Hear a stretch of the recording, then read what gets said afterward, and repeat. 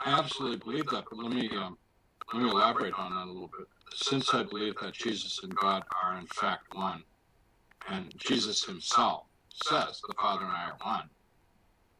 So this isn't my definition of Jesus, it's Jesus' definition of Jesus, that if you want to go to God, you're going through Jesus. And there's no, I mean, if they're one and the same, you know, you can't get around it. In this world, the question is, do you know him? And how well do you know him? There are many counterfeit Christians in the world. And Jesus even actually thought about them. He tells us that there are going to be people that say they knew him, but they never did know him. And he talks about them, for example, in Matthew 25. Anyways, there are people who know him who have never been part of the Christian tradition. So Jesus can choose who he wants to, when he wants to, and people can choose to know him, whether they've been taught about it or not. The truth is, it's better for us to know and strive to know him than to be ignorant of him. The world is full of deception. And hypothetically, and I'm speaking hypothetically now, a person can know Christ without being a Christian. But I couldn't do it. And I don't know how someone else can do it. So one of the things that I believe is important is that we have to give people an opportunity to know him.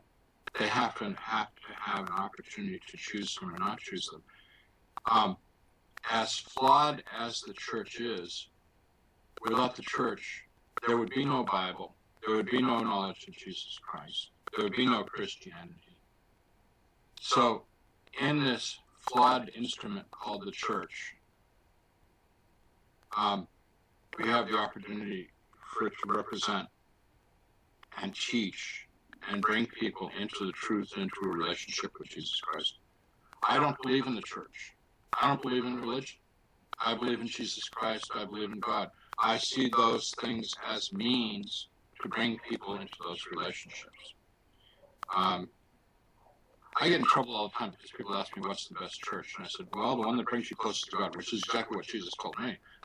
You know, I mean, I have been to many different kinds of churches, all kinds of churches. And if people there are teaching the love of God and the love and knowledge of Jesus Christ, I'm all for them. So I would like to see the world evangelized. I was in China a year ago for a month, preaching Jesus, and saw lots of interest, lots of positive response. People in China, Chinese people in China told me that one of the reasons why China is being blessed right now with the economic prosperity that's happening is because of the Christian influence in that country. I mean, in the West, people don't realize, but there is a huge movement of Christianity going on, a huge movement of evangelism. Some of it's above ground, a lot of it's underground. It's not happening because of missionaries, primarily. It's happening because the Chinese people have a hunger and a knowledge for the truth and for the love and salvation that God offers. It's mostly indigenous Chinese people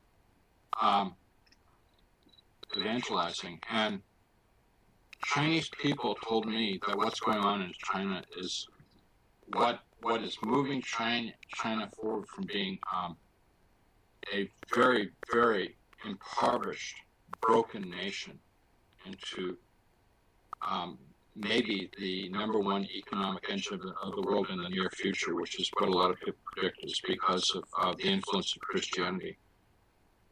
I also see the demise of the West, and I think every Westerner is fearful of the demise of the West. And of course, I'm talking primarily about Europe and America, happening because of the demise of Christianity. I think that we're losing, to put it in Christian terms, losing the blessing. There is enormous growth and interest in Christianity in South America, in Asia, and in Africa, along with the demise of Christianity in the West. And it makes me enormously sad for us, because I think we have a lot of good to offer, but what is winning people over is materialism and selfishness, and this indifference to God, this indifference to the church, this indifference to Jesus Christ will ultimately be the end of us, and we'll become the sad, pathetic little nations of the world.